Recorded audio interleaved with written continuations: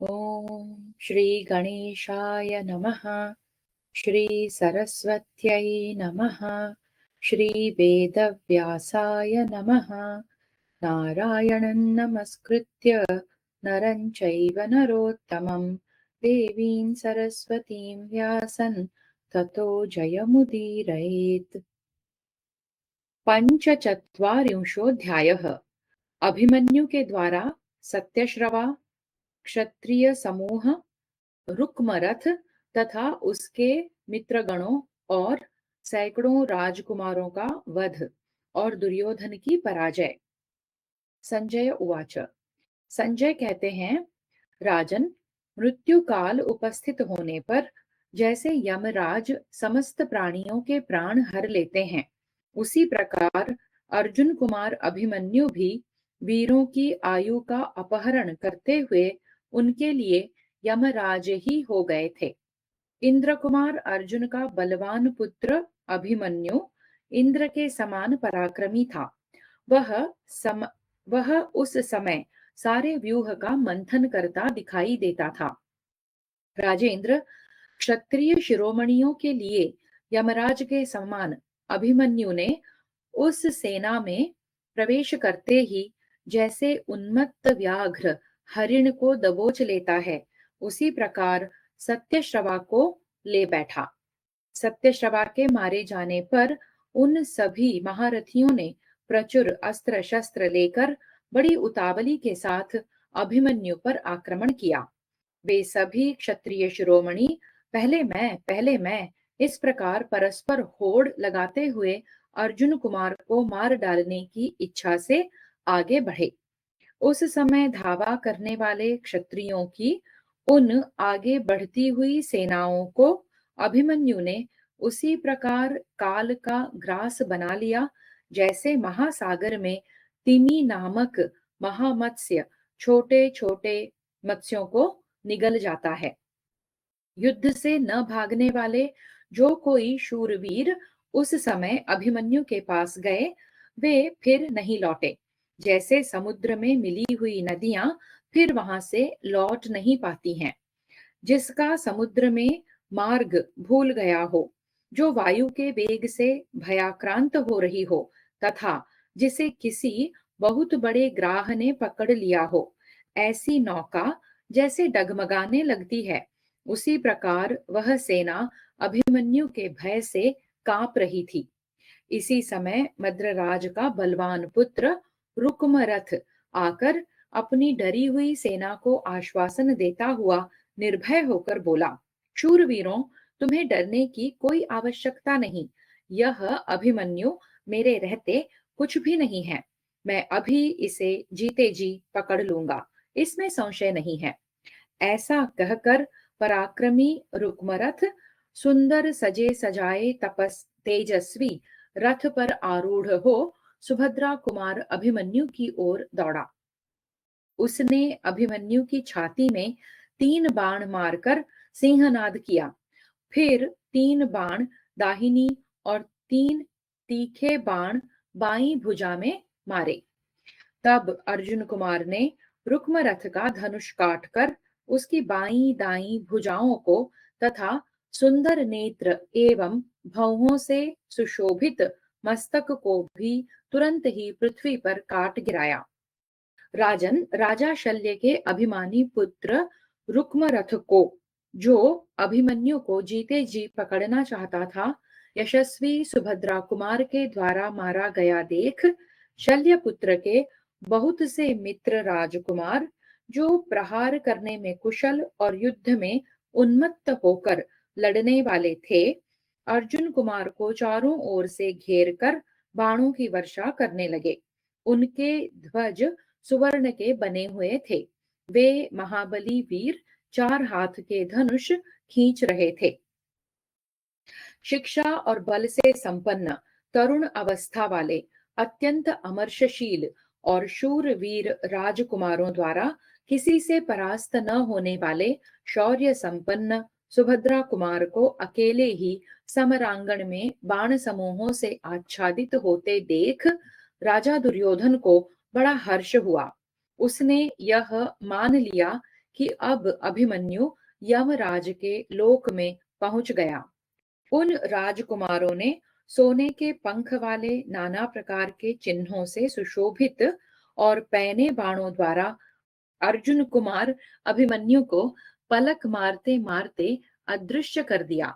आर्य, सारथी, घोड़े और ध्वज सहित अभिमन्यु के उस रथ को मैंने उसी प्रकार बाणों से व्याप्त देखा जैसे साही मतलब सेह का शरीर कांटों से भरा रहता है।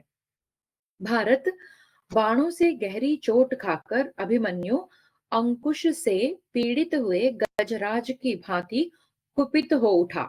उसने गंधर्वास्त्र का प्रयोग किया और रथ माया यानी कि रथ युद्ध की शिक्षा में निपुणता प्रकट की।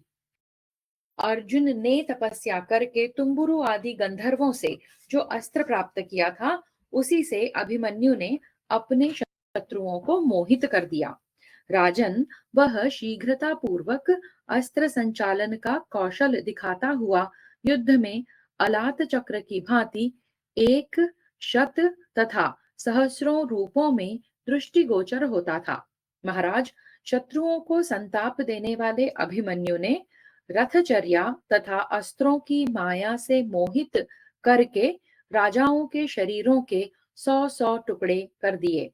राजन, उस युद्ध स्थल में उसके पैने बाणों से प्रेरित हुए प्राणधारियों के शरीर तो पृथ्वी पर गिर पड़े, परंतु प्राण परलोक में जा पहुंचे।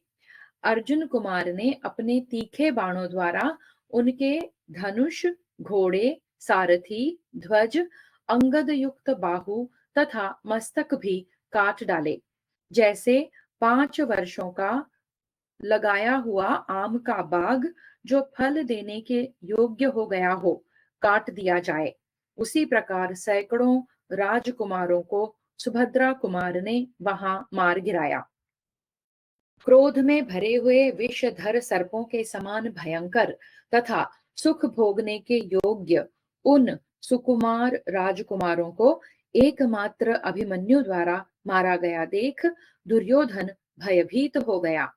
रथियों, हाथियों, घोड़ों और पैदलों को भी अभिमन्यु रूपी समुद्र में डूबते देख अमर्ष में भरे हुए दुर्योधन ने शीघ्र ही उस पर धावा किया।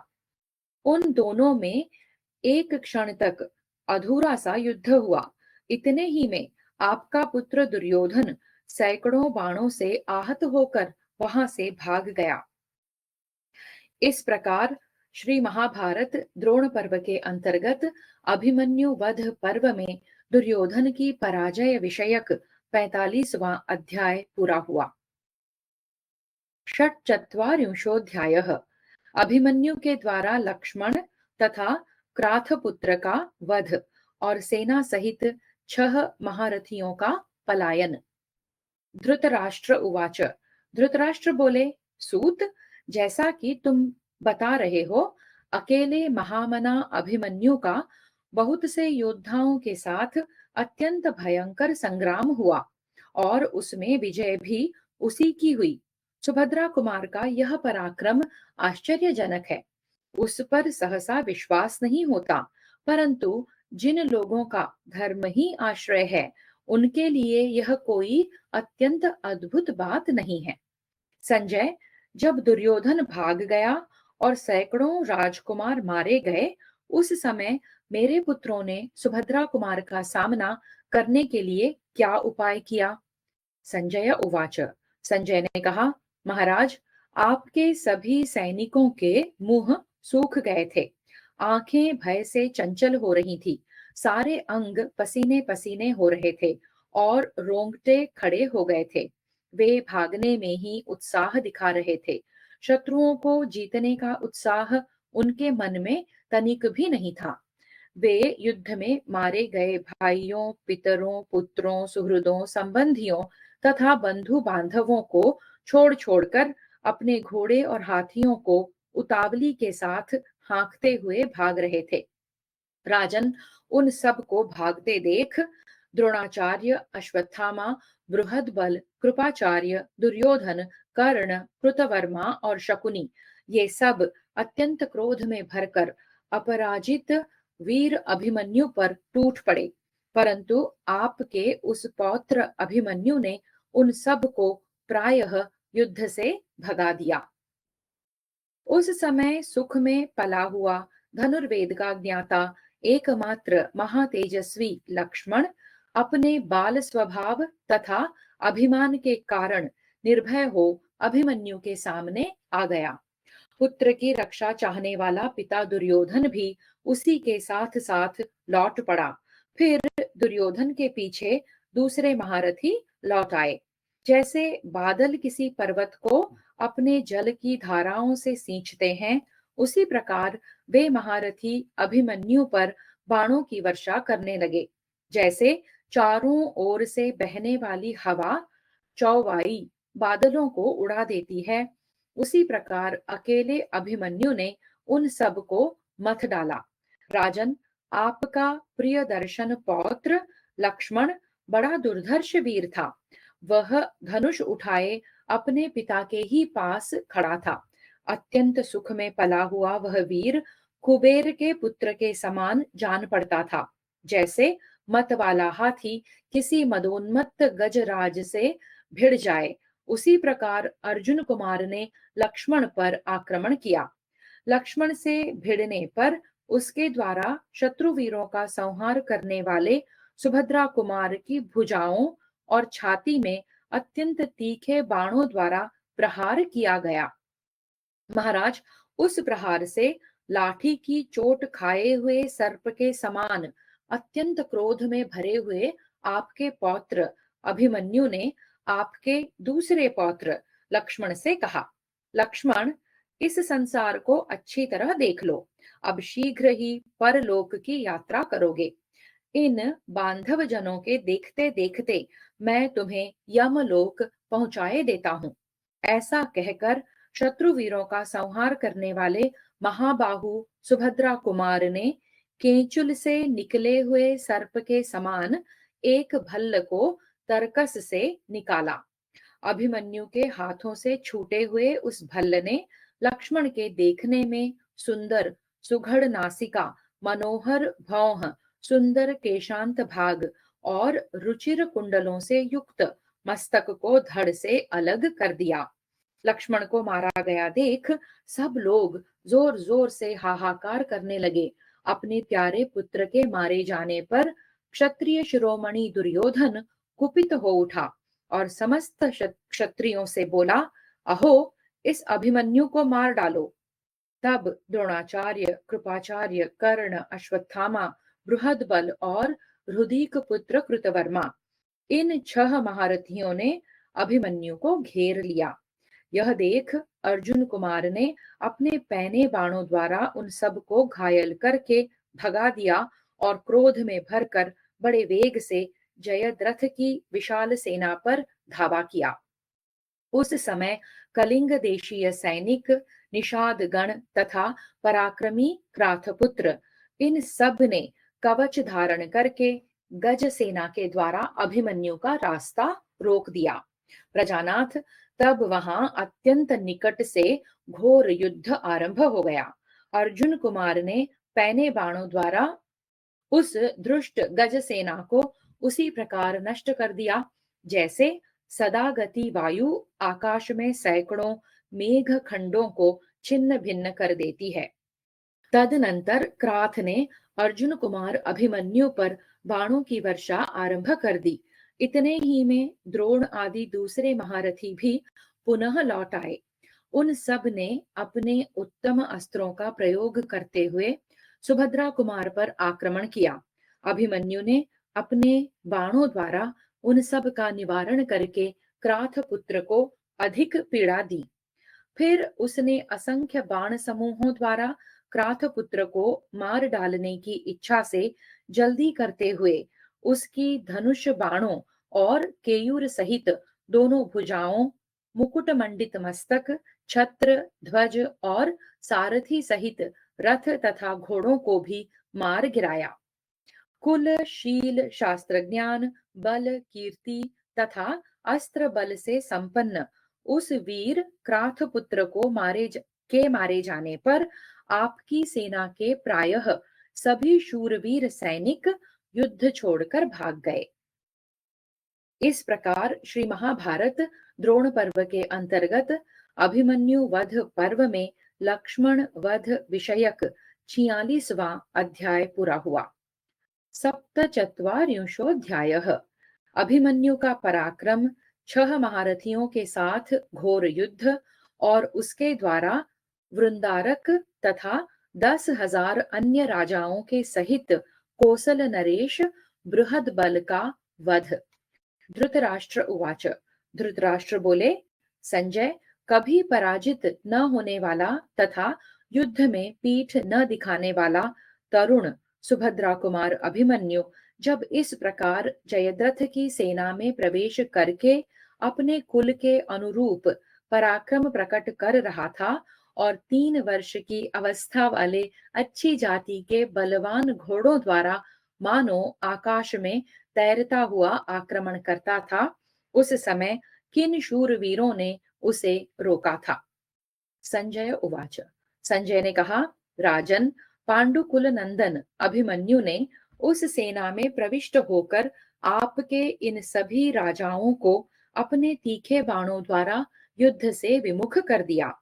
तब द्रोणाचार्य, कृपाचार्य, कर्ण, अश्वत्थामा, बृहद्बल और हृदिक पुत्र कृतवर्मा, इन 6 महारथियों ने उसे चारों ओर से घेर लिया।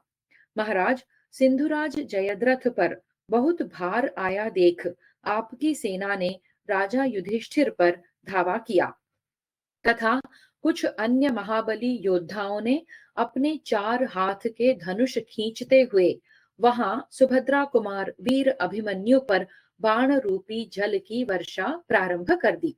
परंतु शत्रु वीरों का संहार करने वाले अभिमन्यु ने संपूर्ण विद्याओं में प्रवीण उन समस्त महाधनुर्धरों को रण क्षेत्र में अपने बाणों द्वारा स्तब्ध कर दिया। अर्जुन कुमार अभिमन्यु ने द्रोण को 50, बृहद्बल को 20, कृतवर्मा को 80, कृपाचार्य को 60 और अश्वत्थामा को कान तक खींच कर छोड़े हुए स्वर्णमय पंख युक्त महावेगशाली 10 बाणों द्वारा घायल कर दिया। अर्जुन कुमार ने शत्रुओं के मध्य में खड़े हुए कर्ण के कान में पानीदार पैने और उत्तम बाण द्वारा गहरी चोट पहुंचाई। कृपाचार्य के चारों घोड़ों तथा उनके 2 पार्श्व रक्षकों को धराशायी करके छाती में 10 बाणों द्वारा प्रहार किया। तदनंतर बलवान अभिमन्यु ने कुरुकुल की कीर्ति बढ़ाने वाले वीर वृंदारक को आपके वीर पुत्रों के देखते देखते मार डाला। तब शत्रु दल के प्रधान प्रधान वीरों का बेखटके वध करते हुए अभिमन्यु को अश्वत्थामा ने 25 बाण मारे। आर्य अर्जुन कुमार ने भी आपके पुत्रों के देखते देखते तुरंत ही अश्वत्थामा को पैने बाणों द्वारा बींध डाला। तब द्रोणपुत्र ने तीखी धार वाले तेज और भयंकर 60 बाणों द्वारा अभिमन्यु को बींध डाला, परंतु बींध कर भी वह मैनाक पर्वत के समान स्थित अभिमन्यु को कंपित न कर सका। महातेजस्वी बलवान अभिमन्यु ने सुवर्णमय पंख से युक्त 73 बाणों द्वारा अपने अपकारी अश्वत्थामा को पुनः घायल कर दिया। तब अपने पुत्र के प्रति स्नेह रखने वाले द्रोणाचार्य ने अभिमन्यु को 100 बाण मारे। साथ ही अश्वत्थामा ने भी अपने पिता की रक्षा करते हुए रण क्षेत्र में उस पर 8 बाण चलाए। तत्पश्चात कर्ण ने 22, कृतवर्मा ने 20, बृहद्बल ने 50 तथा शरद्वान के पुत्र कृपाचार्य ने अभिमन्यु को 10 भल्ल मारे। उन सब के चलाए हुए तीखे बाणों द्वारा सब ओर से पीड़ित हुए सुभद्रा कुमार ने उन सभी को 10-10 बाणों से घायल कर दिया। तत्पश्चात कौशल नरेश बृहद्बल ने एक बाण द्वारा अभिमन्यु की छाती में चोट पहुंचाई। यह देख अभिमन्यु ने उनके चारों घोड़ों तथा ध्वज, धनुष एवं सारथी को भी पृथ्वी पर मार गिराया। रथहीन होने पर कौशल नरेश ने हाथ में ढाल और तलवार ले ली तथा अभिमन्यु के शरीर से उसके कुंडल युक्त मस्तक को काट लेने का विचार किया। इतने ही में अभिमन्यु ने एक बाण द्वारा कौशल नरेश राजपुत्र बृहद बल के हृदय में गहरी चोट पहुंचाई। इससे उनका वक्षस्थल विदीर्ण हो गया और वे गिर पड़े।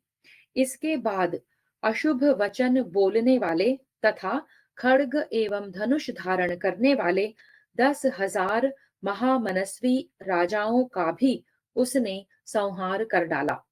इस प्रकार महाधनुर्धर अभिमन्यु बृहदबल का वध करके आपके योद्धाओं को अपने बाण रूपी जल की वर्षा से स्तब्ध करता हुआ रण क्षेत्र में विचरने लगा। इस प्रकार श्री महाभारत द्रोण पर्व के अंतर्गत अभिमन्यु वध पर्व में बृहद बल वध विषयक 47वां अध्याय पूरा हुआ। अष्टचत्वारिंशोऽध्यायः। अभिमन्यु द्वारा अश्वकेतु, भोज और कर्ण के मंत्री आदि का वध एवं 6 महारथियों के साथ घोर युद्ध और उन महारथियों द्वारा अभिमन्यु के धनुष, रथ, ढाल और तलवार का नाश। संजय उवाच। संजय कहते हैं, राजन, तदनंतर अब अर्जुन कुमार अभिमन्यु ने एक बाण द्वारा कर्ण के कान में पुनः चोट पहुंचाई और उसे क्रोध दिलाते हुए उसने 50 बाण मारकर अत्यंत घायल कर दिया। भरत नंदन, तब राधा पुत्र कर्ण ने भी अभिमन्यु को उतने ही बाणों से बींध डाला। उसका सारा अंग बाणों से व्याप्त होने के कारण वह बड़ी शोभा पा रहा था। फिर क्रोध में भरे हुए अभिमन्यु ने कर्ण को भी बाणों से क्षत विक्षत करके उसे रक्त की धारा बहाने वाला बना दिया।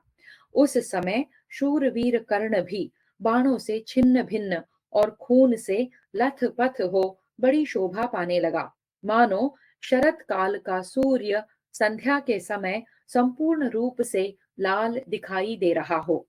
उन दोनों के शरीर बाणों से व्याप्त होने के कारण विचित्र दिखाई देते थे। दोनों ही रक्त से भीग गए थे तथा वे दोनों महामनस्वी वीर फूलों से भरे हुए पलाश वृक्ष के समान प्रतीत होते थे। तदनंतर सुभद्रा कुमार ने कर्ण के विचित्र युद्ध करने वाले 6 शूरवीर मंत्रियों को उनके घोड़े, सारथी, रथ तथा ध्वज सहित मार डाला। इतना ही नहीं, उसने बिना किसी घबराहट के 10-10 बाणों द्वारा अन्य महाधनुर्धरों को भी आहत कर दिया। वह अद्भुत सी बात थी। इसी प्रकार उसने मगध राज के तरुण पुत्र अश्वकेतु को 6 बाणों द्वारा मारकर उसे घोड़ों और सारथी सहित रथ से नीचे गिरा दिया। तत्पश्चात हाथी के चिन्ह से युक्त ध्वजा वाले मार्तिकावतक नरेश भोज को एक क्षुरप्र द्वारा नष्ट करके अभिमन्यु ने बाणों की वर्षा करते हुए सिंहनाद किया। तब दुशासन कुमार ने 4 बाणों द्वारा अभिमन्यु के चारों घोड़ों को घायल करके एक से सारथी को और 10 बाणों द्वारा स्वयं अभिमन्यु को बींध डाला। यह देख अर्जुन कुमार ने क्रोध से लाल आंखें करके 7 बाणों द्वारा दुशासन पुत्र को बींध डाला और उच्च स्वर से यह बात कही, अरे तेरा पिता कायर की भांति युद्ध छोड़कर भाग गया है। सौभाग्य की बात है कि तू भी युद्ध करना जानता है, किंतु आज तू जीवित नहीं छूट सकेगा। यह वचन सुनकर अभिमन्यु ने कारीगर के मांझे हुए एक नाराज को दुशासन पुत्र पर चलाया, परंतु अश्वत्थामा ने 3 बाण मारकर उसे बीच में ही काट दिया। तब अर्जुन कुमार ने अश्वत्थामा का ध्वज काटकर शल्य को 3 बाण मारे। राजन, शल्य ने भी मन में तनिक भी संभ्रम या घबराहट का अनुभव न करते हुए से गीध के पंख से युक्त 9 बाणों द्वारा अभिमन्यु को आहत कर दिया। वह एक अद्भुत सी बात हुई। उस समय अभिमन्यु ने शल्य के ध्वज को काटकर उनके दोनों पार्श्व रक्षकों को भी मार डाला और उनको भी लोहे के बने हुए 6 बाणों से बींध दिया। फिर तो शल्य भागकर दूसरे रथ पर चले गए। तत्पश्चात शत्रुंजय, चंद्रकेतु, मेघवेग, सुवर्चा और सूर्यभास, इन 5 वीरों को मारकर अभिमन्यु ने सुबल पुत्र शकुनी को भी घायल कर दिया। तब शकुनी ने भी 3 बाणों से अभिमन्यु को घायल करके दुर्योधन से इस प्रकार कहा, राजन, यह एक एक के साथ युद्ध करके हमें मारे, इसके पहले ही हम सब लोग मिलकर इस अभिमन्यु को मथ डालें।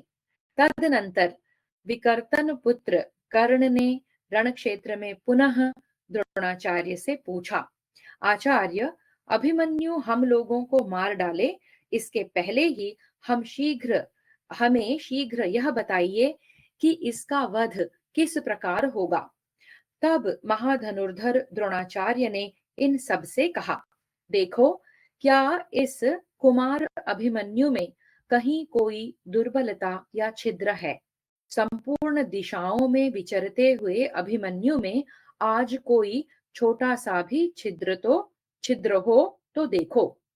इस पुरुष सिंह पांडव पुत्र की शीघ्रता तो देखो।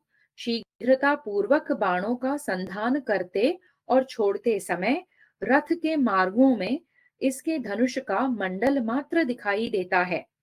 शत्रु वीरों का संहार करने वाला सुभद्रा कुमार अभिमन्यु यद्यपि अपने बाणों द्वारा मेरे प्राणों को अत्यंत कष्ट दे रहा है, मुझे मूर्छित किए देता है, तथापि बारंबार मेरा हर्ष बढ़ा रहा है। रण क्षेत्र में विचरता हुआ सुभद्रा का यह पुत्र मुझे अत्यंत आनंदित कर रहा है। क्रोध में भरे हुए महारथी इसके छिद्र को नहीं देख पाते हैं। यह शीघ्रता पूर्वक हाथ चलाता हुआ अपने महान बाणों से संपूर्ण दिशाओं को व्याप्त कर रहा है।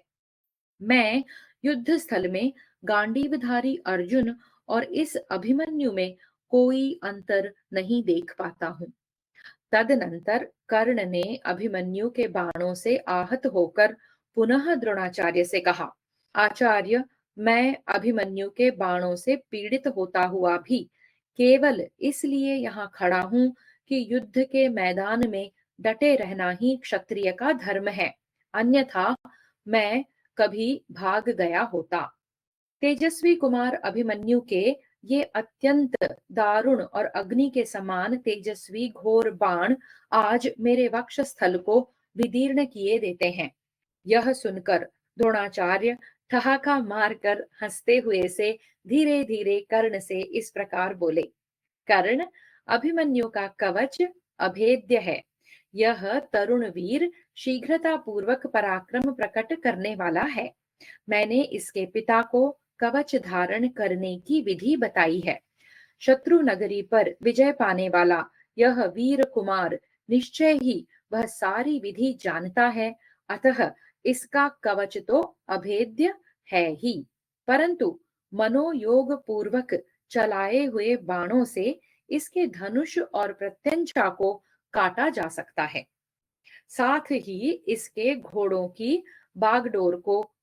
को तथा दोनों पार्श्व रक्षकों को भी नष्ट किया जा सकता है। महाधनुर्धर राधापुत्र, यदि कर सको तो यही करो। अभिमन्यु को युद्ध से विमुख करके पीछे उसके ऊपर प्रहार करो। धनुष लिए रहने पर तो इसे संपूर्ण देवता और असुर भी जीत नहीं सकते।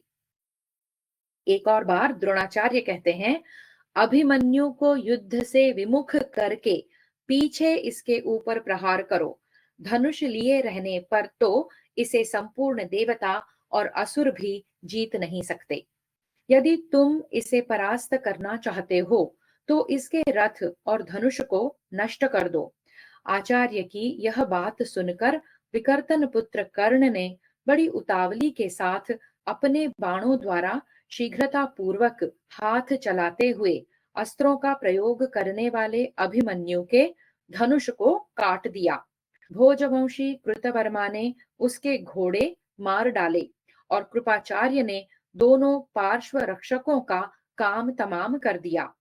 शेष महारथी धनुष कट जाने पर अभिमन्यु के ऊपर बाणों की वर्षा करने लगे। इस प्रकार शीघ्रता करने के अवसर पर शीघ्रता करने वाले 6 निर्दय महारथी एक रथहीन बालक पर बाणों की बौछार करने लगे। धनुष कट जाने और रथ नष्ट हो जाने पर तेजस्वी वीर अभिमन्यु अपने धर्म का पालन करते हुए ढाल और तलवार हाथ में लेकर आकाश में उछल पड़ा। अर्जुन कुमार अभिमन्यु कौशिक आदि मार्गों यानी पैतरों द्वारा तथा शीघ्रकारिता और बल पराक्रम से पक्षीराज गरुड़ की भांति भूतल की अपेक्षा आकाश में ही अधिक विचरण करने लगा। समरांगण में छिद्र देखने वाले योद्धा जान पड़ता है यह मेरे ही ऊपर तलवार लिए टूटा पड़ता है। इस आशंका से ऊपर की ओर दृष्टि करके महाधनुर्धर अभिमन्यु को बींधने लगे।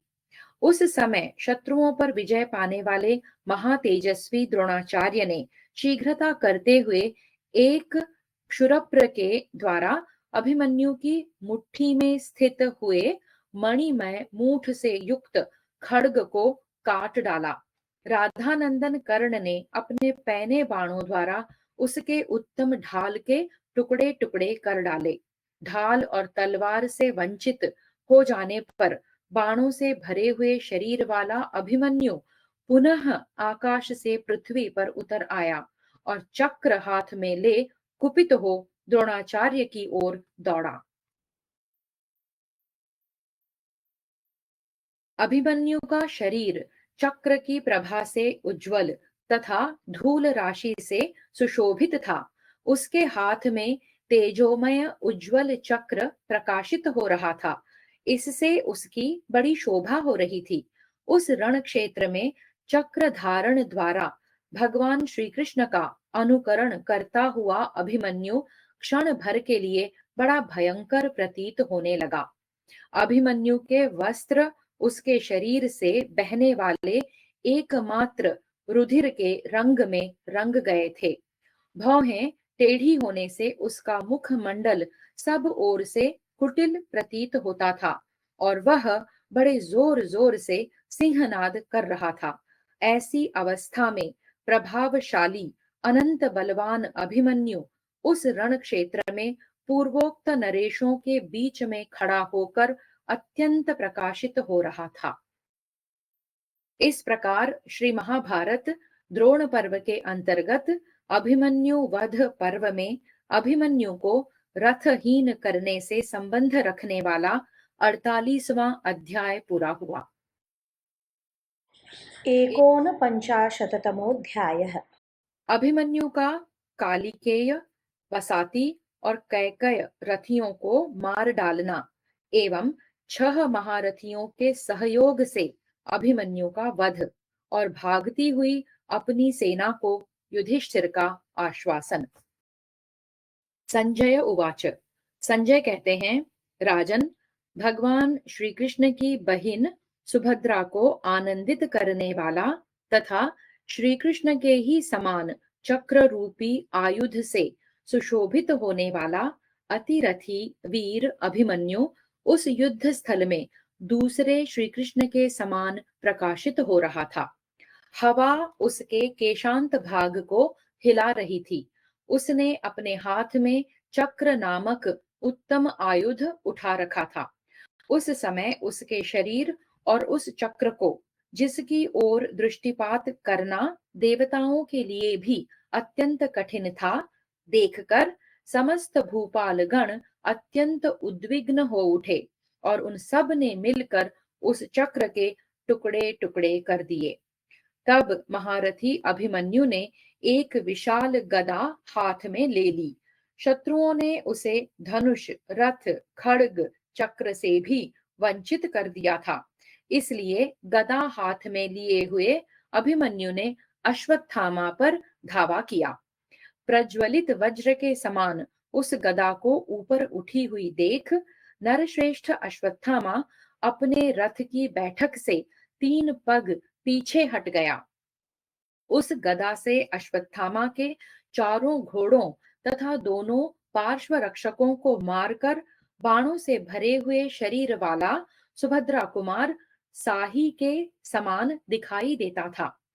तदनंतर उसने सुबल पुत्र कालिकेय को मार गिराया। उसके पीछे चलने वाले 77 गांधारों का भी संहार कर डाला। इसके बाद 10 वसातीय रथियों को मार डाला।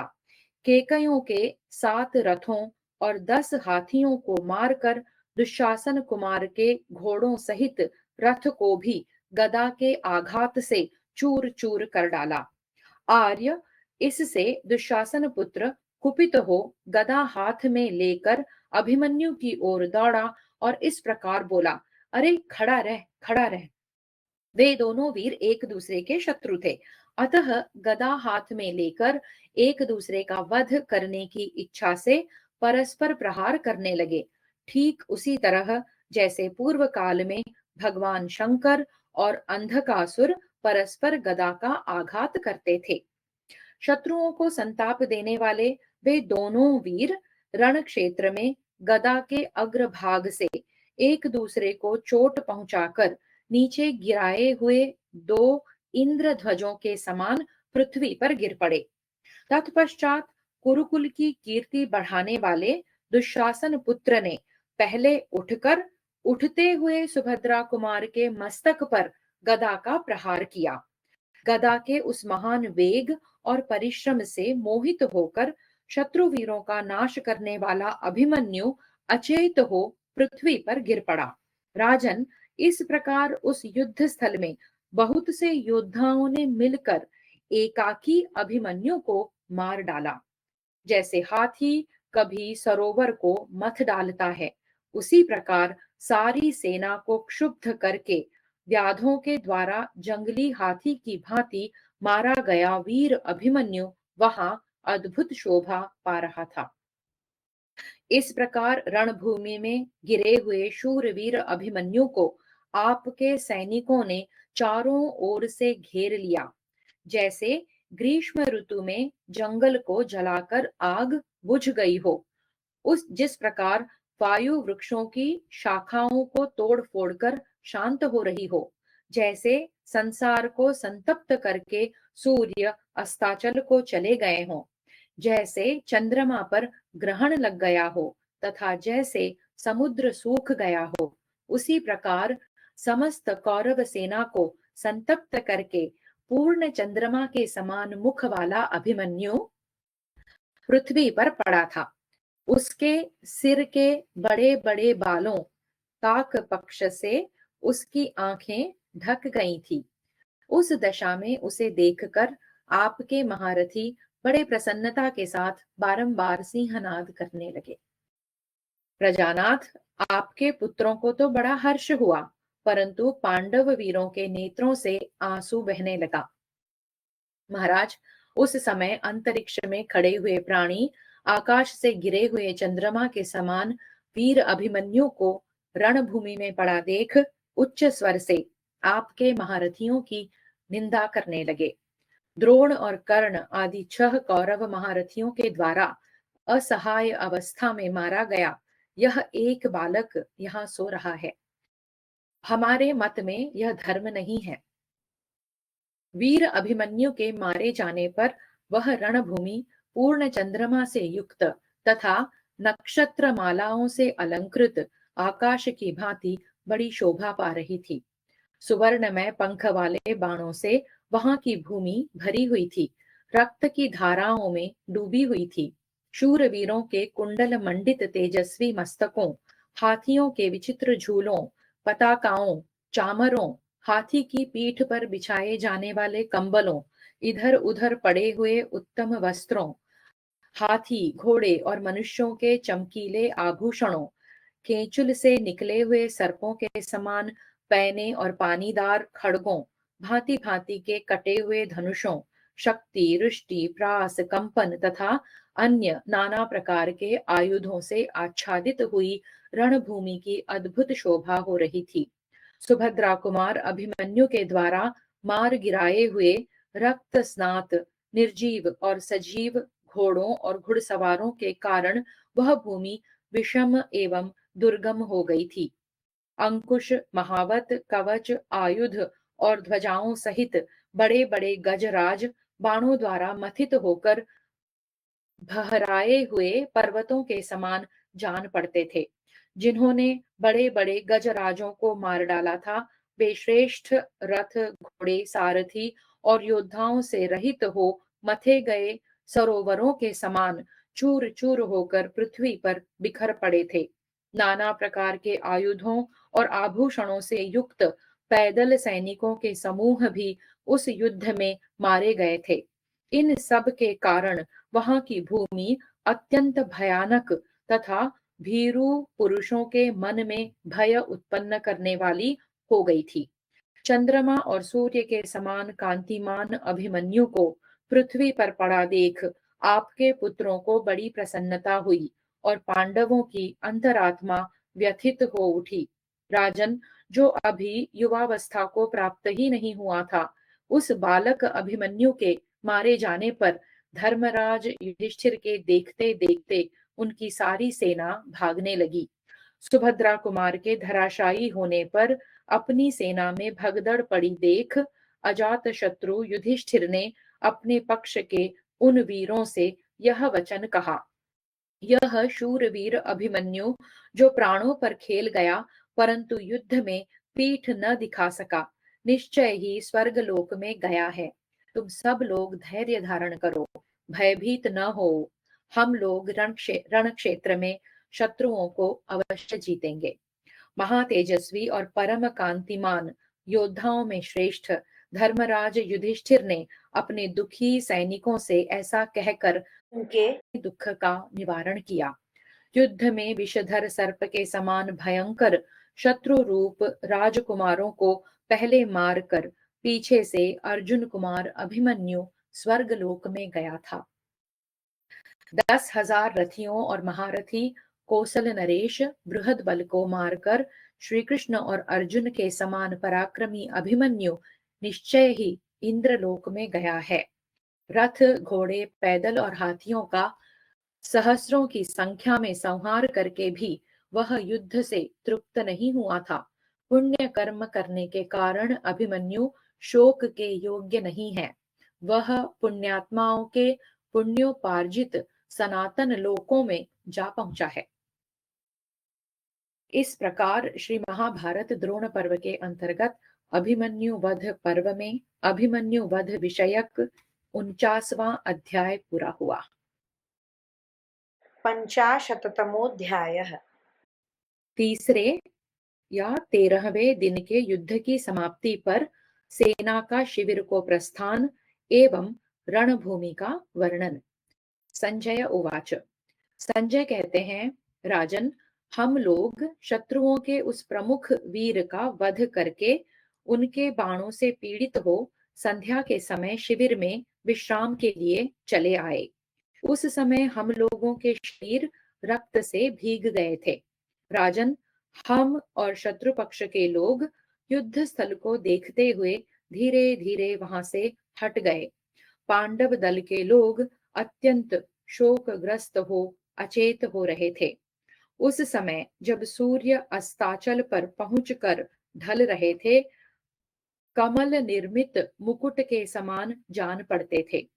दिन और रात्रि की संधि रूप वह अद्भुत संध्या सियारिनों के भयंकर शब्दों से अमंगलमयी प्रतीत हो रही थी।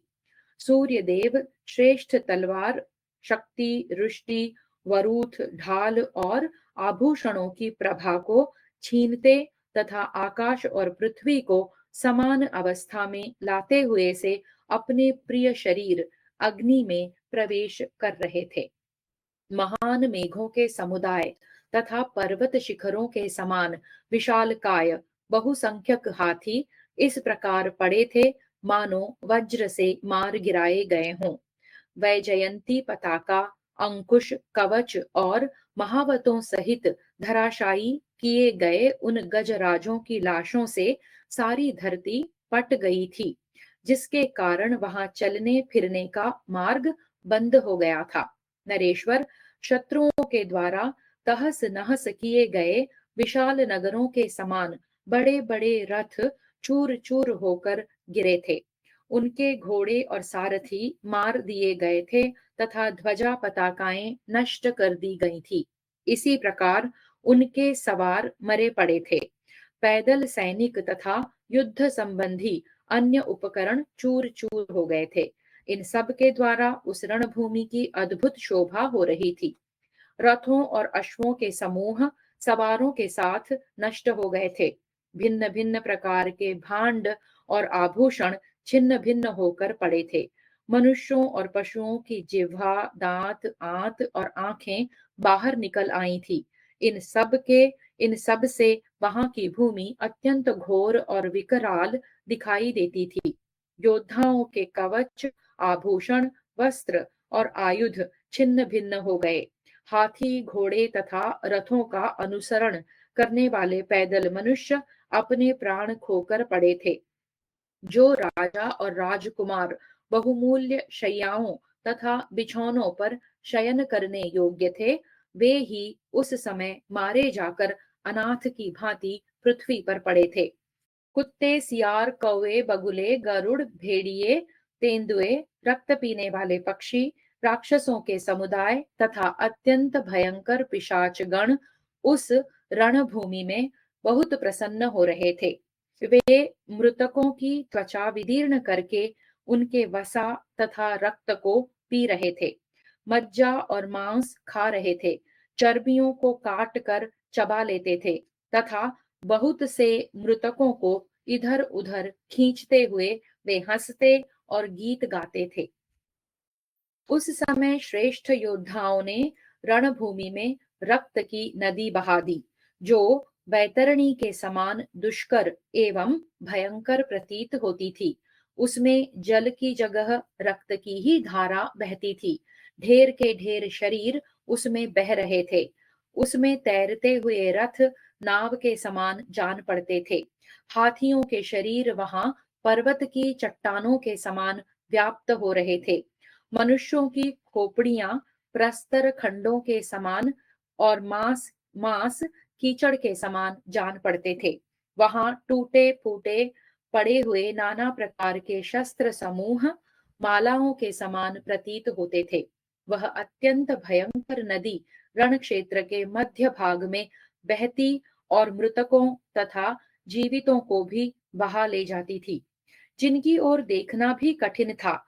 ऐसे भयंकर पिशाच समूह वहां खाते पीते और गर्जना करते थे। समस्त प्राणियों का विनाश करने वाले वे पिशाच बहुत ही प्रसन्न थे। कुत्तों, सियारों और पक्षियों को भी समान रूप से भोजन सामग्री प्राप्त हुई थी। प्रदोष काल में यमराज के राज्य की वृद्धि करने वाली यह युद्ध भूमि बड़ी भयंकर दिखाई देती थी। वहां सब ओर नाचते हुए कबंध यानी कि केवल धड़ जिनके शिर न हो व्याप्त हो रहे थे। यह सब देखते हुए उभय पक्ष के योद्धाओं ने वहां से धीरे धीरे चलकर उस युद्ध स्थल को त्याग दिया। उस समय लोगों ने देखा, इंद्र के समान महाबली अभिमन्यु रण क्षेत्र में गिरा दिया गया है। उसके बहुमूल्य आभूषण छिन्न भिन्न होकर शरीर से दूर जा पड़े हैं और वह यज्ञ वेदी पर हविष्य रहित अग्नि के समान निस्तेज हो गया है। इस प्रकार श्री महाभारत द्रोण पर्व के अंतर्गत अभिमन्यु वध पर्व में तीसरे दिन के युद्ध में सेना के शिविर में प्रस्थान करते समय समर भूमि का वर्णन विषयक 50वां अध्याय पूरा हुआ। एकपञ्चाशत्तमोऽध्यायः। युधिष्ठिर का विलाप। संजय उवाच। संजय कहते हैं, राजन, महापराक्रमी रथयूथपति सुभद्रा कुमार अभिमन्यु के मारे जाने पर समस्त पांडव महारथी रथ और कवच का त्याग कर और धनुष को नीचे डालकर राजा युधिष्ठिर को चारों ओर से घेर कर उनके पास बैठ गए। उन सब का मन सुभद्रा कुमार अभिमन्यु में ही लगा था और वे उसी युद्ध का चिंतन कर रहे थे। उस समय राजा युधिष्ठिर अपने भाई के वीर पुत्र महारथी अभिमन्यु के मारे जाने के कारण अत्यंत दुखी हो विलाप करने लगे। अहो, कृपाचार्य, शल्य, राजा दुर्योधन, द्रोणाचार्य, महाधनुर्धर अश्वत्थामा तथा अन्य महारथियों को जीतकर मेरा प्रिय करने की इच्छा से द्रोणाचार्य के निर्बाध सैन्य व्यूह को विनष्ट करके वीर शत्रु समूहों का संहार करने के पश्चात यह पुत्र अभिमन्यु मार गिराया गया और अब रण क्षेत्र में सो रहा है। जो अस्त्र विद्या के विद्वान, युद्ध कुशल, कुलशील और गुणों से युक्त शूरवीर तथा अपने पराक्रम के लिए प्रसिद्ध थे, उन महाधनुर्धर महारथियों को परास्त करके देवताओं के लिए भी जिसका भेदन करना असंभव है तथा हमने जिसे पहले कभी देखा तक नहीं था, उस द्रोण निर्मित चक्र व्यूह का भेदन करके चक्रधारी श्री कृष्ण का प्यारा भांजा वह अभिमन्यु उसके भीतर उसी प्रकार प्रवेश कर गया जैसे सिंह गौओं के झुंड में घुस जाता है। उसने रण क्षेत्र में प्रमुख प्रमुख शत्रु वीरों का वध करते हुए अद्भुत रण क्रीड़ा की थी। युद्ध में उसके सामने जाने पर शत्रु पक्ष के अस्त्र विद्या विशारद, युद्ध दुर्मद और महान धनुर्धर शूरवीर भी हतोत्साह हो भाग खड़े होते थे। जिस वीर अर्जुन कुमार ने युद्ध स्थल में हमारे अत्यंत शत्रु दुशासन को सामने आने पर शीघ्र ही अपने बाणों से अचेत करके भगा दिया, वही महासागर के समान दुस्तर द्रोण सेना को पार करके भी दुशासन पुत्र के पास जाकर यमलोक में पहुंच गया। सुभद्रा कुमार अभिमन्यु के मार दिए जाने पर अब मैं कुंती कुमार अर्जुन की ओर आंख उठाकर कैसे देखूंगा अथवा अपने प्रिय पुत्र को अब नहीं देख पाने वाली महाभागा सुभद्रा के सामने कैसे जाऊंगा। हाय, हम लोग भगवान श्री कृष्ण और अर्जुन दोनों के सामने किस प्रकार यह अनर्थपूर्ण, असंगत और अनुचित वृत्तांत कह सकेंगे। मैंने ही अपने प्रिय कार्य की इच्छा, विजय की अभिलाषा रखकर सुभद्रा, श्री कृष्ण और अर्जुन का यह अप्रिय कार्य किया है। लोभी मनुष्य किसी कार्य के दोष को नहीं समझता, वह लोभ और मोह के वशीभूत होकर उसमें प्रवृत्त हो जाता है। मैंने मधु के समान मधुर लगने वाले राज्य को पाने की लालसा रखकर यह नहीं देखा कि इसमें ऐसे भयंकर पतन का भय है। हाय, जिस सुकुमार बालक को भोजन और शयन करने, सवारी पर चलने तथा भूषण भूषण वस्त्र पहनने में आगे रखना चाहिए था, उसे हम लोगों ने युद्ध में आगे कर दिया। वह तरुण कुमार अभी बालक था, युद्ध की कला में पूरा प्रवीण नहीं हुआ था। फिर गहन वन में फंसे हुए सुंदर अश्व की भांति वह उस विषम संग्राम में कैसे सकुशल रह सकता था। यदि हम लोग अभिमन्यु के साथ ही उस रण क्षेत्र में शयन न कर सके, तो अब क्रोध से उत्तेजित हुए अर्जुन के शोकाकुल नेत्रों से हमें अवश्य दग्ध होना पड़ेगा।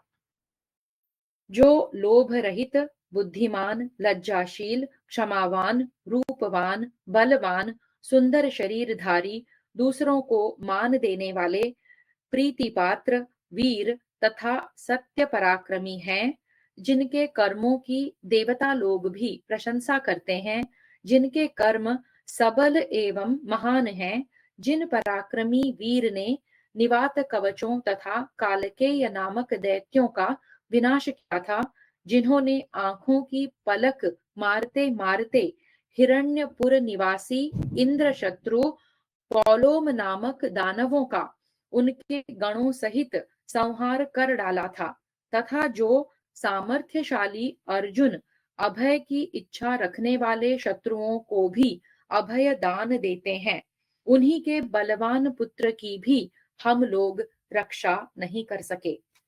अहो, महाबली धृतराष्ट्र पुत्रों पर बड़ा भारी भय आ पहुंचा है, क्योंकि अपने पुत्र के वध से कुपित हुए कुंती कुमार अर्जुन कौरवों को सोख लेंगे, उनका मूलोच्छेद कर डालेंगे।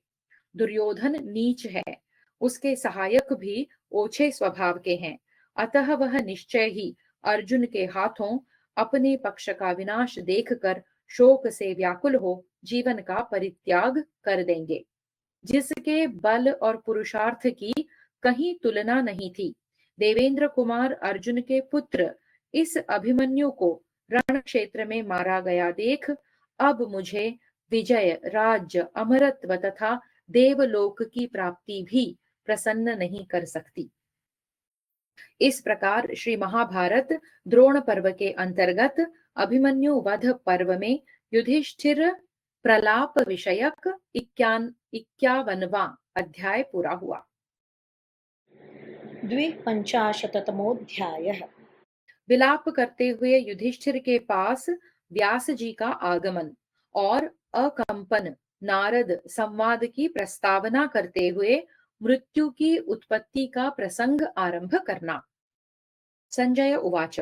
संजय कहते हैं, राजन, इस प्रकार विलाप करते हुए कुंती पुत्र युधिष्ठिर के पास वहां महर्षि श्री कृष्ण द्वैपायन व्यास जी आए।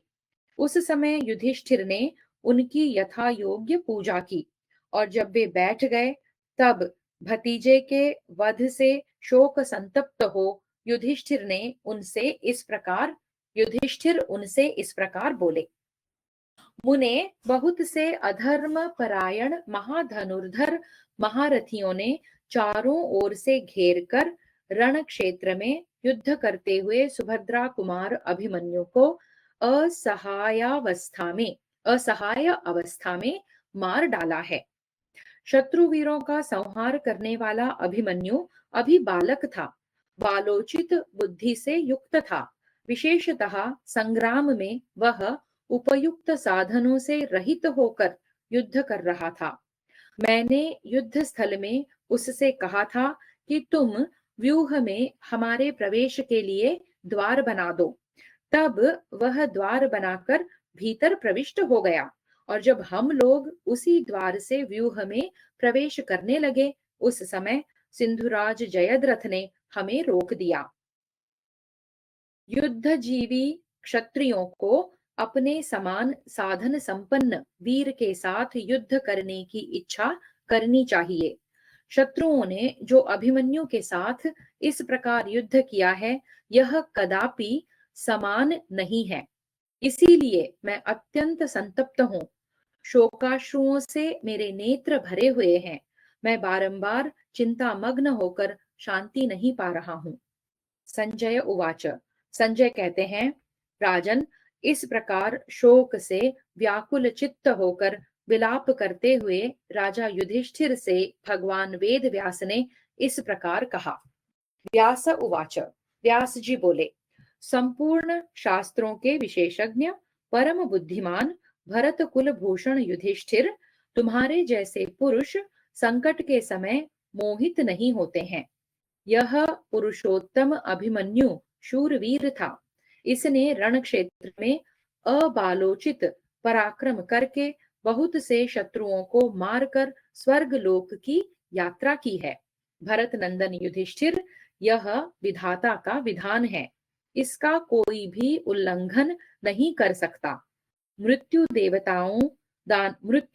देवताओं, दानवों तथा गंधर्वों के भी प्राण हर लेती है। युधिष्ठिर उवाच।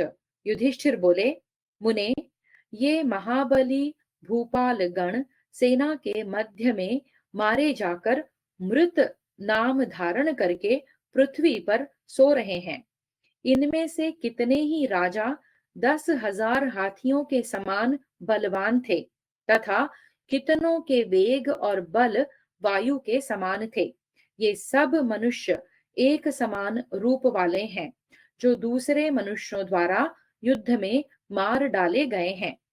इन प्राण शक्ति संपन्न वीरों का युद्ध में कहीं कोई वध करने वाला मुझे नहीं दिखाई देता था, क्योंकि ये सब के सब पराक्रम से संपन्न और तपोबल से संयुक्त थे, जिनके हृदय में सदा एक दूसरे को जीतने की अभिलाषा रहती है। वे ही ये बुद्धिमान नरेश आयु समाप्त होने पर युद्ध में मारे जाकर धरती पर सो रहे हैं। अतः इनके विषय में मृत शब्द सार्थक हो रहा है। ये भयंकर पराक्रमी भूमिपाल प्रायः मर गए कहे जाते हैं। ये शूरवीर राजकुमार चेष्टा और अभिमान से रहित हो शत्रुओं के अधीन हो गए थे। वे कुपित होकर बाणों की आग में कूद पड़े थे। मुझे संदेह होता है कि इन्हें मर गए ऐसा क्यों कहा जाता है। मृत्यु किसकी होती है, किस निमित्त से होती है, था वह किस लिए इन प्रजाओं यानी कि प्राणियों का अपहरण करती है। देवतुल्य पितामह, ये सब बातें आप मुझे बताइए। संजय उवाच।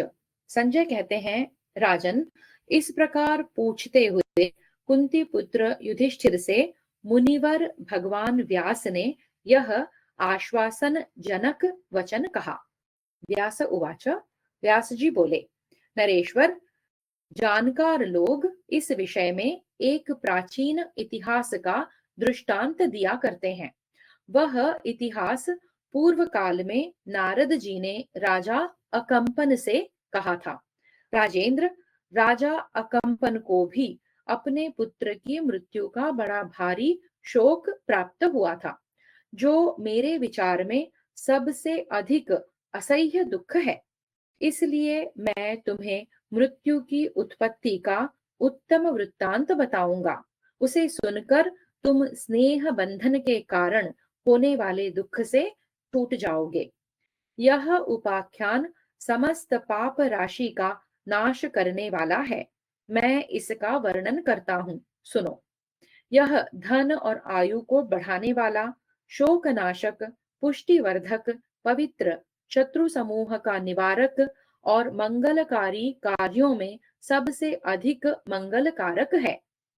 जैसे वेदों का स्वाध्याय पुण्यदायक होता है, उसी प्रकार यह उपाख्यान भी है।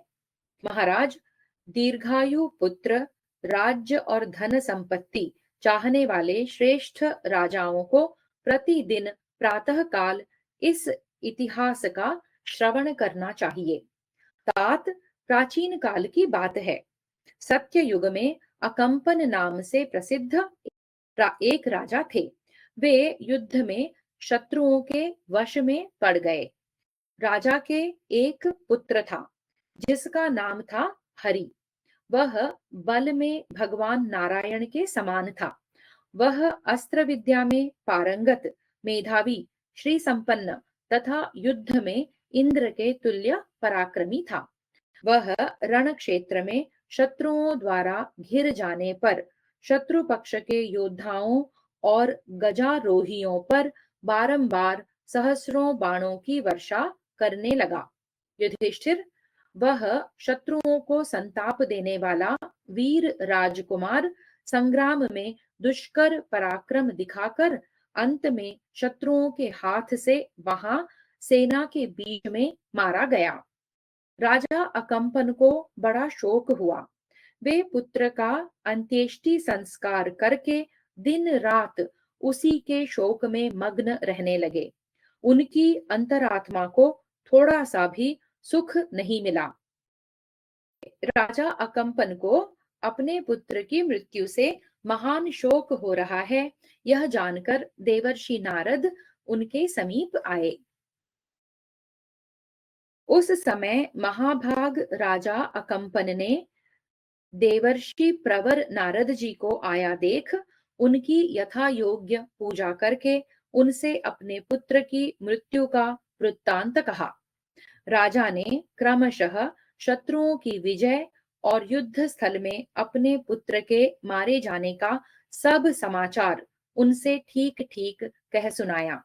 वे बोले, देवर्षे, मेरा पुत्र इंद्र और विष्णु के समान तेजस्वी, महापराक्रमी और बलवान था, परंतु युद्ध में बहुत से शत्रुओं ने मिलकर एक साथ पराक्रम करके उसे मार डाला है।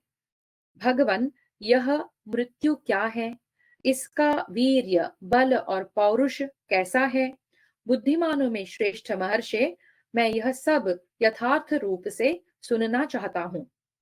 राजा की यह बात सुनकर वर देने में समर्थ एवं प्रभावशाली नारद जी ने यह पुत्र शोक नाशक उत्तम उपाख्यान कहना आरंभ किया। नारद उवाच। नारद जी बोले, पृथ्वीपते, तुम्हारे पुत्र की मृत्यु जिस प्रकार घटित हुई है वह सब वृत्तांत मैंने भी यथार्थ रूप से सुन लिया है। महाबाहु नरेश, अब मैं तुम्हारे सामने एक बहुत विस्तृत कथा आरंभ करता हूँ। तुम ध्यान देकर सुनो। आदि सृष्टि के समय महातेजस्वी एवं शक्तिशाली पितामह ब्रह्मा ने जब प्रजा वर्ग की सृष्टि की थी, उस समय संहार की कोई व्यवस्था नहीं की थी। अतः इस संपूर्ण जगत को प्राणियों से परिपूर्ण एवं मृत्यु रहित देख प्राणियों के संहार के लिए चिंतित हो उठे। राजन पृथ्वीपते, बहुत सोचने विचारने पर भी ब्रह्मा जी को प्राणियों के संहार का कोई उपाय नहीं ज्ञात हो सका। महाराज, उस समय क्रोधवश ब्रह्मा जी के श्रवण नेत्र आदि इंद्रियों से अग्नि प्रकट हो गई। वह अग्नि उस जगत को दग्ध करने की इच्छा से संपूर्ण दिशाओं और विदिशाओं यानी कोणों में फैल गई। तदनंतर आकाश और पृथ्वी में सब ओर आग की प्रचंड लपटें व्याप्त हो गईं। दाह करने में समर्थ एवं अत्यंत शक्तिशाली भगवान अग्निदेव महान क्रोध के वेग से सबको त्रस्त से करते हुए संपूर्ण चराचर जगत को दग्ध करने लगे। इससे बहुत से स्थावर जंगम प्राणी नष्ट हो गए। तत्पश्चात राक्षसों के स्वामी जटाधारी दुखहारी स्थाणु नामधारी भगवान रुद्र परमेष्ठी भगवान ब्रह्मा जी की शरण में गए। प्रजा वर्ग के हित की इच्छा से भगवान रुद्र के आने पर परम देव महामुनि ब्रह्मा जी अपने तेज से प्रज्वलित होते हुए से इस प्रकार बोले, अपने अभीष्ट मनोरथ को प्राप्त करने योग्य पुत्र, तुम मेरे मानसिक संकल्प से उत्पन्न हुए हो। मैं तुम्हारी कौन सी कामना पूर्ण करूं? स्थानो, तुम जो जो कुछ चाहते हो बतलाओ, मैं तुम्हारा संपूर्ण प्रिय करूंगा। इस प्रकार श्री महाभारत द्रोण पर्व के अंतर्गत अभिमन्यु वध पर्व में 52वां अध्याय पूरा हुआ। त्रिपंचाशततमोऽध्यायः शंकर और ब्रह्मा का संवाद, मृत्यु की उत्पत्ति तथा उसे समस्त प्रजा के संहार का कार्य सौंपा जाना। स्थाणुरुवाच। स्थाणु यानी कि रुद्रदेव ने कहा, प्रभो, आपने प्रजा की सृष्टि के लिए स्वयं ही यत्न किया है। आपने ही नाना प्रकार के प्राणी समुदाय की सृष्टि एवं वृद्धि की है।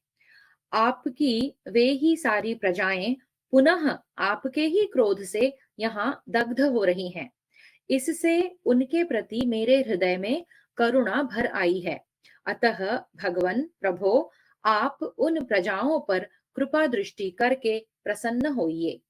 ब्रह्मोवाच। ब्रह्मा जी बोले, रुद्र, मेरी इच्छा यह नहीं है कि इस प्रकार इस जगत का संहार हो। वसुधा के हित के लिए ही मेरे मन में क्रोध का आवेश हुआ था। महादेव, इस पृथ्वी देवी ने भार से पीड़ित होकर मुझे जगत के संहार के लिए प्रेरित किया था। यह सती साध्वी देवी महान भार से दबी हुई थी।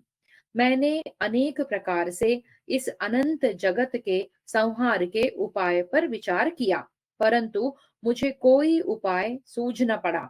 इसलिए मुझ में क्रोध का आवेश हो गया। रुद्र उवाच। रुद्र ने कहा, वसुधा के स्वामी पितामह, आप रोष न कीजिए। जगत का संहार बंद करने के लिए प्रसन्न होइए।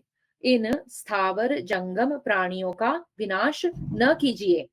भगवन, आपकी कृपा से यह जगत भूत भविष्य और वर्तमान तीन रूपों में विभक्त हो जाए। प्रभो, आपने क्रोध से प्रज्वलित होकर क्रोध पूर्वक जिस अग्नि की सृष्टि की है, वह पर्वत शिखरों, वृक्षों और सरिताओं को दग्ध कर रही है। यह समस्त छोटे छोटे जलाशयों, सब प्रकार के तृण और लताओं तथा स्थावर और जंगम जगत को संपूर्ण रूप से नष्ट कर रही है। इस प्रकार यह सारा चराचर जगत जल कर भस्म हो गया। भगवन, आप प्रसन्न होइए।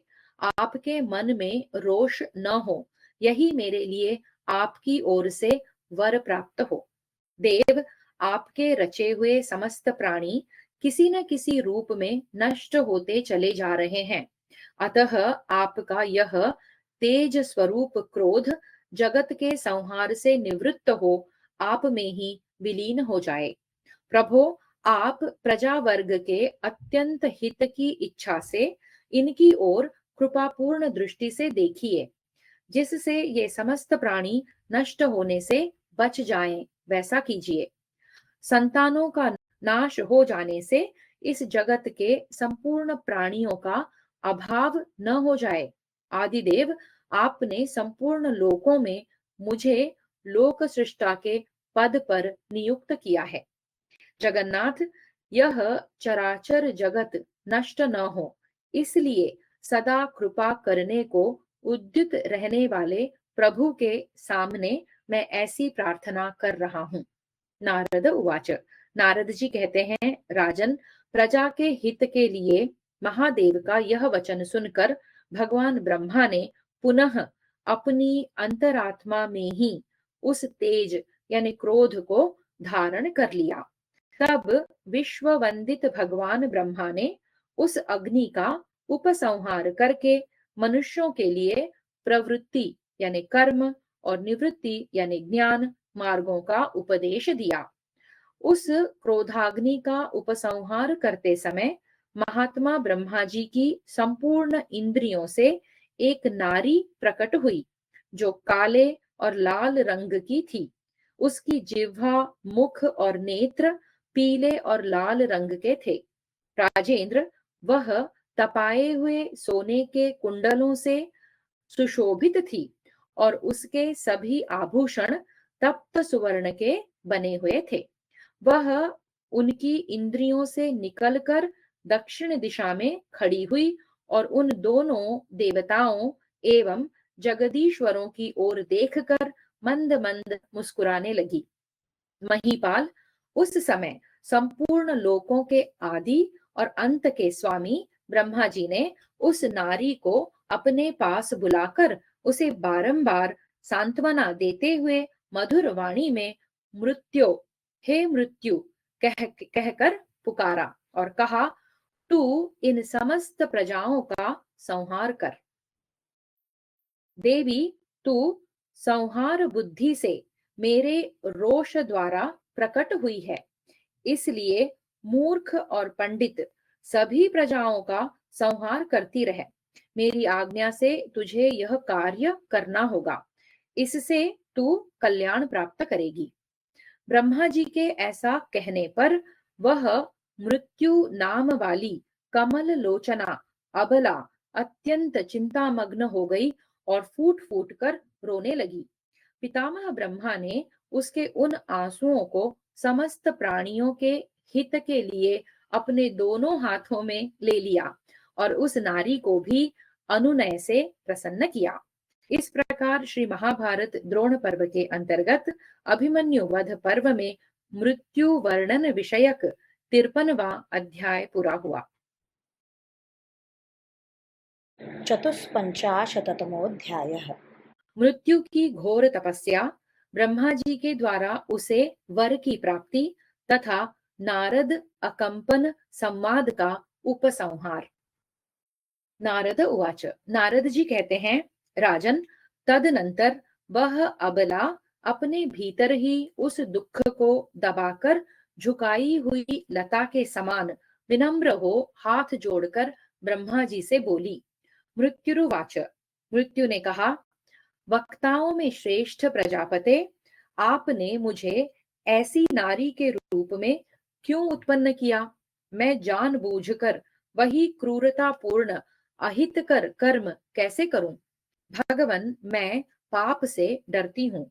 प्रभो, मुझ पर प्रसन्न होइए। जब मैं लोगों के प्यारे पुत्रों, मित्रों, भाइयों, माताओं, पिताओं तथा पतियों को मारने लगूंगी, देव उस समय उनके संबंधी इन लोगों के मेरे द्वारा मारे जाने पर सदा मेरा अनिष्ट चिंतन करेंगे। अतः मैं इन सब से बहुत डरती हूँ। भगवान, रोते हुए दीन दुखी प्राणियों के नेत्रों से जो आंसुओं की बूंदें गिरती हैं, उनसे भयभीत होकर मैं आपकी शरण में आई हूँ। देव, सुरश्रेष्ठ, लोक पितामह, मैं शरीर और मस्तक को झुकाकर, हाथ जोड़कर, विनीत भाव से आपकी शरणागत होकर केवल इसी अभिलाषा की पूर्ति चाहती हूँ कि मुझे यमराज के भवन में न जाना पड़े। प्रजेश्वर, मैं आपकी कृपा से तपस्या करना चाहती हूँ। देव, भगवन, प्रभो, आप मुझे यही वर प्रदान करें। आपकी आज्ञा लेकर मैं उत्तम धेनुकाश्रम को चली जाऊंगी और वहां आपकी ही आराधना में तत्पर रहकर कठोर तपस्या करूंगी। देवेश्वर, मैं रोते विलखते प्राणियों के प्यारे प्राणों का अपहरण नहीं कर सकूंगी। आप इस अधर्म से मुझे बचावें। ब्रह्मोवाच। ब्रह्मा जी ने कहा, मृत्यो, प्रजा के संहार के लिए ही मेरे द्वारा संकल्प पूर्वक तेरी सृष्टि की गई है। जा, तू सारी प्रजा का संहार कर। तेरे मन में कोई अन्यथा विचार नहीं होना चाहिए। यह बात इसी प्रकार होने वाली है, इसमें कभी कोई परिवर्तन नहीं हो सकता। तू लोक में निंदित न हो, मेरी आज्ञा का पालन कर। नारद उवाच। नारद जी कहते हैं, राजन, भगवान ब्रह्मा जी के ऐसा कहने पर उन्हीं की ओर मुंह करके हाथ जोड़े खड़ी हुई वह नारी मन ही मन बहुत प्रसन्न हुई, परंतु उसने प्रजा के हित की कामना से संहार कार्य में मन नहीं लगाया। तब प्रजेश्वरों के भी स्वामी भगवान ब्रह्मा चुप हो गए। फिर वे भगवान प्रजापति तुरंत अपने आप ही प्रसन्नता को प्राप्त हुए। देवेश्वर ब्रह्मा संपूर्ण लोकों की ओर देखकर मुस्कुराए। उन्होंने क्रोध शून्य होकर देखा, इसलिए वे सभी लोक पहले के समान हरे भरे हो गए।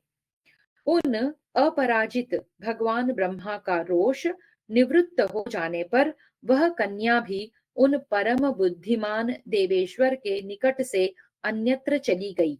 राजेंद्र, उस समय प्रजा का संहार करने के विषय में कोई प्रतिज्ञा न करके मृत्यु वहां से हट गई और बड़ी उतावली के साथ धेनुकाश्रम में जा पहुंची। उसने वहां अत्यंत कठोर और उत्तम व्रत का पालन आरंभ किया। उस समय वह दयावश प्रजा वर्ग का हित करने की इच्छा से अपनी इंद्रियों को प्रिय विषयों से हटाकर 21 पद्म वर्षों तक एक पैर पर खड़ी रही। नरेश्वर, तदनंतर पुनः अन्य 21 पद्म वर्षों तक वह एक पैर से खड़ी होकर तपस्या करती रही। तात इसके बाद 10,000 पद्म वर्षों तक वह मृगों के साथ विचरती रही। फिर शीतल एवं निर्मल जल वाली पुण्यमयी नंदा नदी में जाकर उसके जल में उसने 8,000 वर्ष व्यतीत किए। इस प्रकार नंदा नदी में नियमों के पालन पूर्वक रहकर वह निष्पाप हो गई। तदनंतर व्रत नियमों से संपन्न हो मृत्यु पहले पुण्यमयी कौशिकी नदी के तट पर गई और वहां वायु तथा जल का आहार करती हुई पुनः कठोर नियमों का पालन करने लगी। उस पवित्र कन्या ने पंचगंगा में तथा वेतस वन में बहुत सी भिन्न भिन्न तपस्याओं द्वारा अपने शरीर को अत्यंत दुर्बल कर दिया। इसके बाद वह गंगा जी के तट और प्रमुख तीर्थ महामेरु के शिखर पर जाकर प्राणायाम में तत्पर हो प्रस्तर मूर्ति की भांति निश्चेष्ट भाव से बैठी रही। फिर हिमालय के शिखर पर जहां पहले देवताओं ने यज्ञ किया था वहां वह परम शुभ लक्षणा कन्या एक निखर्व वर्षों तक अंगूठे के बल पर खड़ी रही। तदनंतर पुष्कर, गोकर्ण, नैमिषारण्य तथा मलयाचल के तीर्थों में रहकर मन को प्रिय लगने वाले नियमों द्वारा उसने अपने शरीर को अत्यंत क्षीण कर दिया। दूसरे किसी देवता में मन न लगाकर वह सदा पितामह ब्रह्मा में ही सुदृढ़ भक्ति भाव रखती थी। उस कन्या ने अपने धर्माचरण से पितामह को संतुष्ट कर लिया। राजन, तब लोकों की उत्पत्ति के कारणभूत अविनाशी ब्रह्मा उस समय मन ही मन अत्यंत प्रसन्न हो सौम्य हृदय से प्रीतिपूर्वक उससे बोले, मृत्यो, तू किस लिए इस प्रकार अत्यंत कठोर तपस्या कर रही है?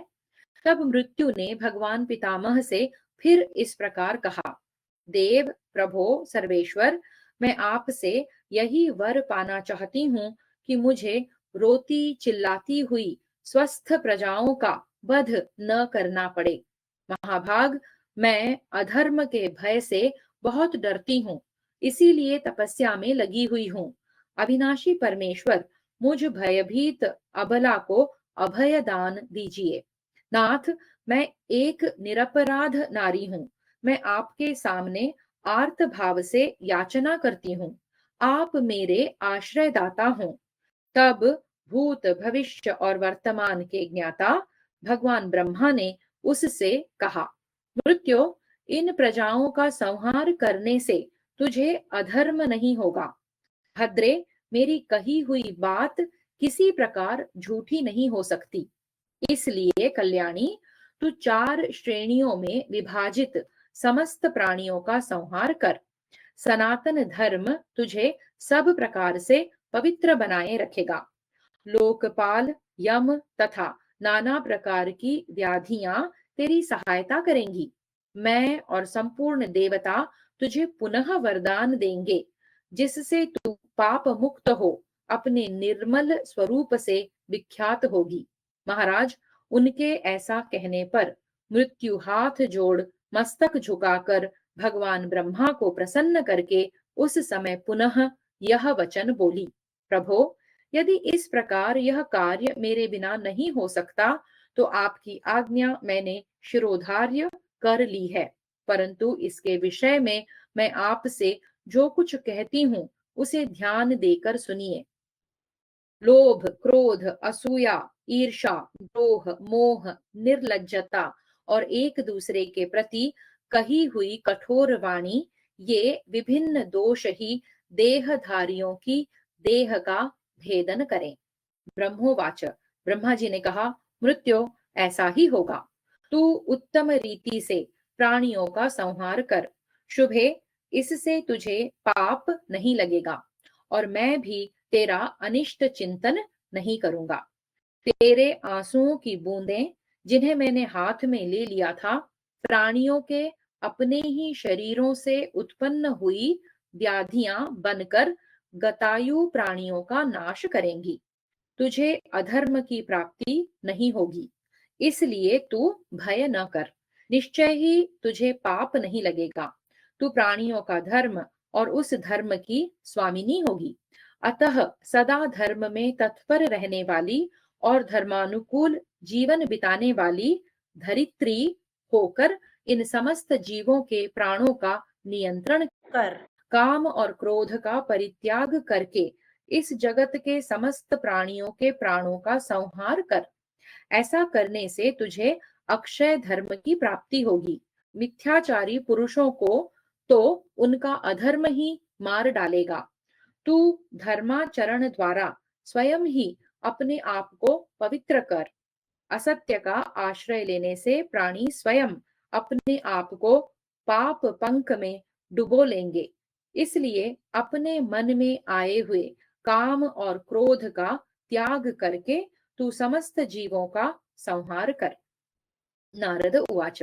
नारद जी कहते हैं, राजन, वह मृत्यु नाम वाली नारी ब्रह्मा जी के उस उपदेश से और विशेषतः उनके शाप के भय से भीत होकर उनसे बोली, बहुत अच्छा, आपकी आज्ञा स्वीकार है। वही मृत्यु अंत काल आने पर काम और क्रोध का परित्याग करके अनासक्त भाव से समस्त प्राणियों के प्राणों का अपहरण करती है। यही प्राणियों की मृत्यु है। इसी से व्याधियों की उत्पत्ति हुई है। व्याधि नाम है रोग का, जिससे प्राणी रुग्ण होता है, उसका स्वास्थ्य भंग होता है। आयु समाप्त होने पर सभी प्राणियों की मृत्यु इसी प्रकार होती है। अतः राजन, तुम व्यर्थ शोक न करो। आयु के अंत में सारी इंद्रियां प्राणियों के साथ परलोक में जाकर स्थित होती हैं और पुनः उनके साथ ही इस लोक में लौट आती हैं।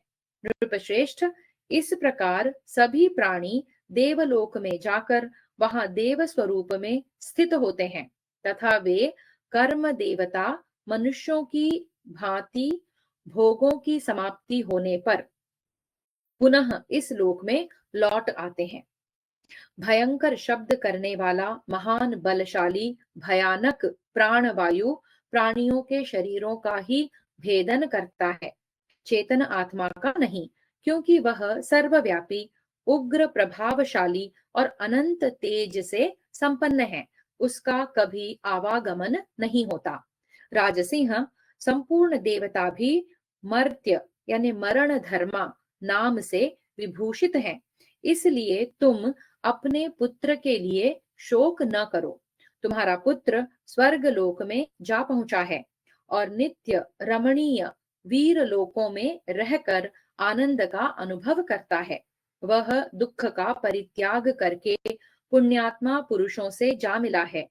प्राणियों के लिए यह मृत्यु भगवान की ही दी हुई है, जो समय आने पर यथोचित रूप से प्रजाजनों का संहार करती है।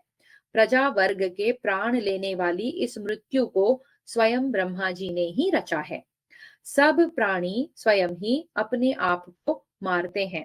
मृत्यु हाथ में डंडा लेकर उनका वध नहीं करती। अतः धीर पुरुष मृत्यु को ब्रह्मा जी का रचा हुआ निश्चित विधान समझकर मरे हुए प्राणियों के लिए कभी शोक नहीं करते हैं। इस प्रकार ब्रह्मा जी की बनाई हुई सारी सृष्टि को ही मृत्यु के वशीभूत जानकर तुम अपने पुत्र के मर जाने से प्राप्त होने वाले शोक का शीघ्र परित्याग कर दो। द्वैपायन उवाच। व्यास जी कहते हैं, युधिष्ठिर, नारद जी की कही हुई यह अर्थ भरी बात सुनकर राजा अकंपन अपने मित्र नारद से इस प्रकार बोले, भगवन मुनिश्रेष्ठ, आपके मुंह से यह इतिहास सुनकर मेरा शोक दूर हो गया।